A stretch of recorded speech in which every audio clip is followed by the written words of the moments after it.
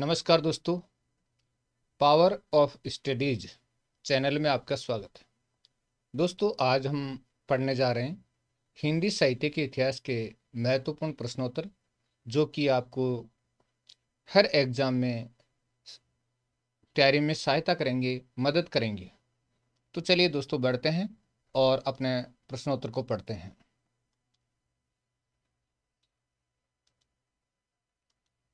आचार्य रामचंद्र शुक्ल ने सूफी काव्य परंपरा का पहला ग्रंथ माना है मृगावती को। तो आचार्य रामचंद्र शुक्ल ने सूफी काव्य परंपरा का पहला ग्रंथ किसको माना है? मृगावती को माना है। मलिक मोहम्मद जायसी का जन्म कब हुआ? 1448 में। 1448 में मलिक मोहम्मद जायसी का जन्म हुआ था। मलिक मोहम्मद जायसी का जन्म किस स्थान पर हुआ? तो मलिक मोहम्मद जायसी का जन्म किस स्थान पर हुआ? रायबरेली के जायस नामक स्थान पर हुआ था। रायबरेली का जायस नामक स्थान है, वहां पर मलिक मोहम्मद जायसी का जन्म हुआ था।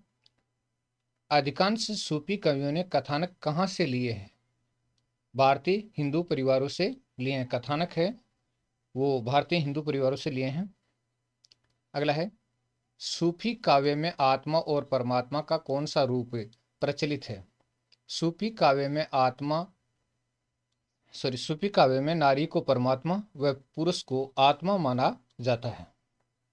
तो प्रश्न अपना है, सूफी काव्य में आत्मा और परमात्मा का कौन सा रूप प्रचलित है? सूफी काव्य में नारी को परमात्मा व पुरुष को आत्मा माना जाता है। सूफी मत काव्य में ईश्वर का स्वरूप क्या है? एकेश्वरवादी स्वरूप है। एकेश्वरवादी स्वरूप है। सूफी काव्य साधना के कितने सोपान माने गए हैं? 7 सोपान माने गए हैं। सूफी काव्य साधना के 7 सोपान माने गए हैं। नेक्स्ट है, सूफी मत में ईश्वर प्राप्ति का एकमात्र साधन क्या है? प्रेम। सूफी मत में ईश्वर प्राप्ति का एकमात्र साधन है प्रेम। अगला है, ज्ञानदीप में किसके प्रेम का वर्णन है या किसके प्रेम कथा का वर्णन है? ज्ञानदीप शेख नबी की रचना है ये। तो राजा ज्ञानदीप और रानी देवयानी की कहानी का वर्णन है। जमाल पचीसी किसकी रचना है? जलालुद्दीन की रचना है। जमाल पचीसी जलालुद्दीन की रचना है। अगला क्वेश्चन अपना है, यूसुफ जुलेखा किसकी रचना है? शेख निसार की रचना है यूसुफ जुलेखा। सूफी काव्य में कौन से रस की प्रधानता है? श्रृंगार रस की प्रधानता है। सूफी काव्य में श्रृंगार रस की प्रधानता है। अगला है, प्रथम प्रेमाख्यानक काव्य के रचनाकार कौन है? मुल्ला दाऊद। अगला प्रश्न है, ग्रंथ लैला मजनू की रचना किसने की? जान कवि ने ग्रंथ लैला मजनू की रचना की थी। कानावत की रचना की थी, यानी कानावत किसकी रचना है? मलिक मोहम्मद जायसी की रचना का नाम कानावत है। कथा रत्नावती किसकी रचना है? जान कवि की रचना है। कथा रत्नावती जान कवि की रचना है। अगला है, किस सूफी कवि ने सबसे ज्यादा प्रेमाख्यानक काव्य लिखे? किस सूफी कवि ने सबसे ज्यादा प्रेमाख्यानक काव्य लिखे? तो जान कवि ने सबसे ज्यादा प्रेमाख्यानक काव्य लिखे। जान कवि का संबंध राजस्थान के किस जिले से था? सीकर जिले से था।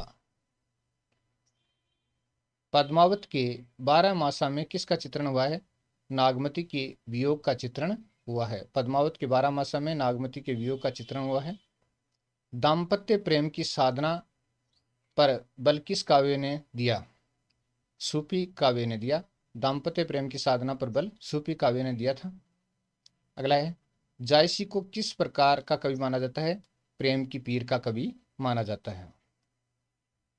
नेक्स्ट है, गोरा और बादल का संबंध किस काव्य से है? पद्मावत काव्य से है। गोरा और बादल का संबंध पद्मावत काव्य से है। कथा मोहिनी किसकी रचना है? जान कवि की रचना है कथा मोहिनी। नेक्स्ट है, मालवणी और मारवणी का संबंध किस से है? ढोला से है। मालवणी और मारवणी का संबंध ढोला से है। ढोला मारूरा दुहा किस प्रदेश का लौकिक काव्य है? राजस्थान का लौकिक काव्य है।